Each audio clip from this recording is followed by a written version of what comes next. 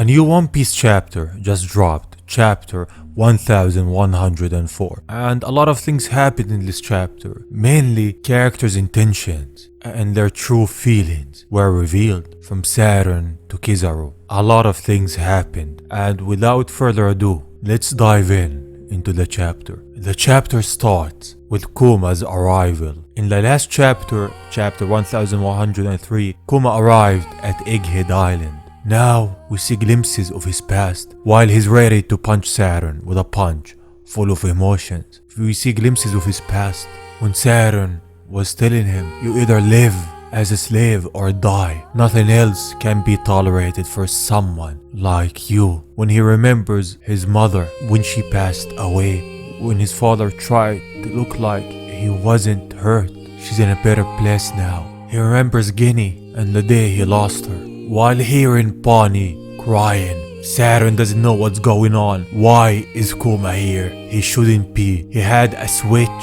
that they activated, so he self-destructs. But what's the meaning of this? As Kuma, with all of his emotions, punches Saturn right in the face. A punch that sends Saturn back. A punch that, in my opinion, is well deserved and is long overdue. He should just punch him more, in my opinion. One isn't enough. Saturn is sent back, crash into every building in his way. The town is almost destroyed. Kuma has done it. At this point, he saved Bonney. He saved her from one of the 5 elders. He gave it his all despite everything else, while Kuma's just there, soaking it all in. Vegapunk says that they can move again while talking to himself. He doesn't know what the truth is. He didn't install a traditional self-destruct mechanism. He couldn't bear the idea of making him like that. Knowing how they will take full advantage of that, he still kept his word. He just used a different fail-safe. While Kuma opens his arms for Bonney while she's crying and hugs her, he activated it.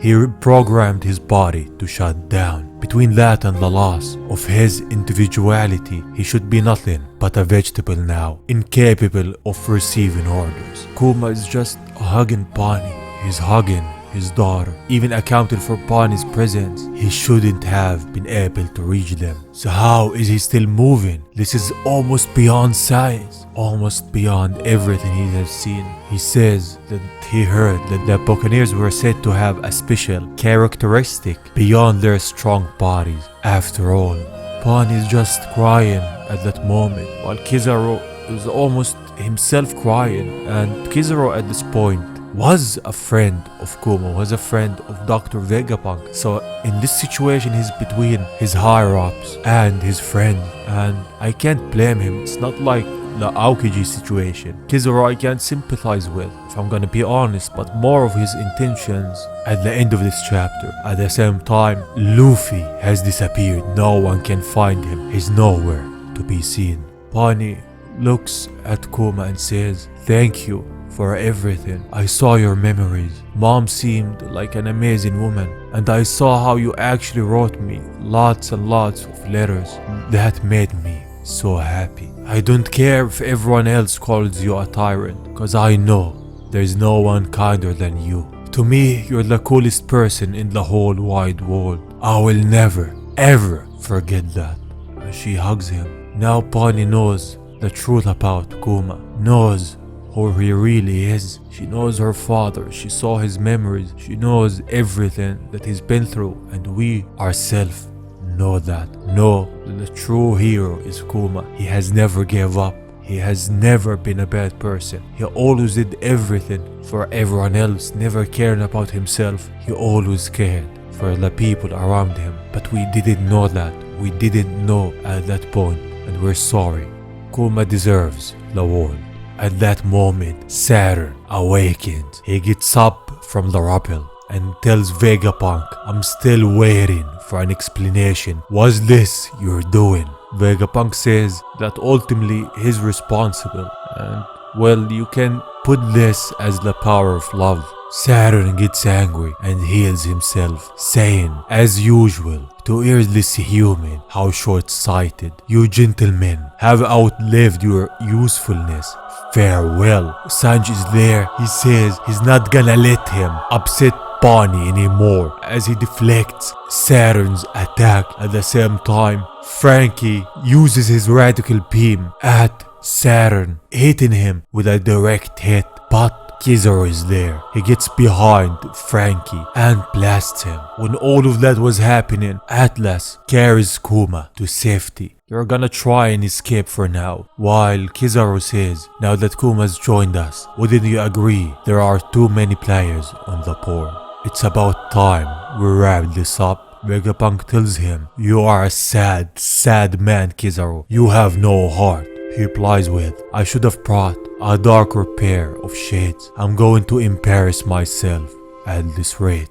Referring to what he has to do as an admiral. Kizaru, as I said, doesn't want this. As we've seen in previous chapters, he's friends with Kuma and Vegapunk. He likes Bonney, but he's forced to do this. At this moment, this just unveils to us that deep down he's very sad. Deep down he's conflicted and doesn't want this. This is not what Kizaru actually wants if it was up to him. Now they call a pastor called protocol. Egghead Island should be reduced to nothing. While Saturn says a traitor who studied the taboo secrets of the world, a survivor of a bloodline that should be extinct, and a pirate who awakened the power of the ancient god. This island has been completely infested. The forces of justice loom. This is what Saturn believes. He's too afraid of Luffy. He's too afraid of Vegapunk and his knowledge of the secrets of the world. He doesn't want them to leave this island, because if they do, it's a big threat to the world government. And he now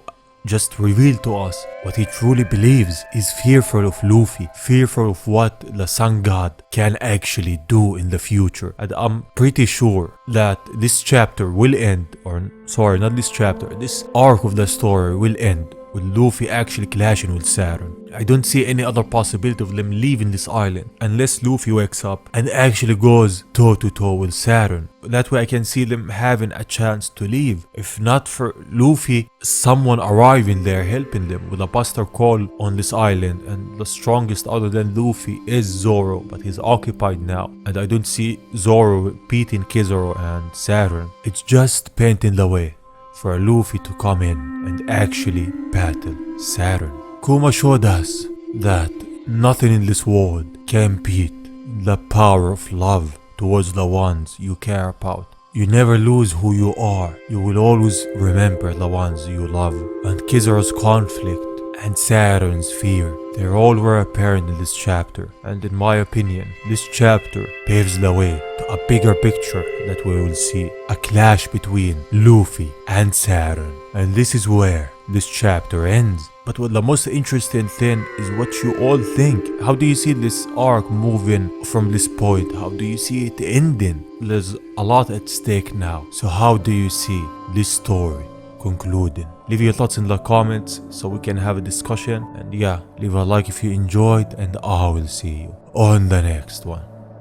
Bye bye.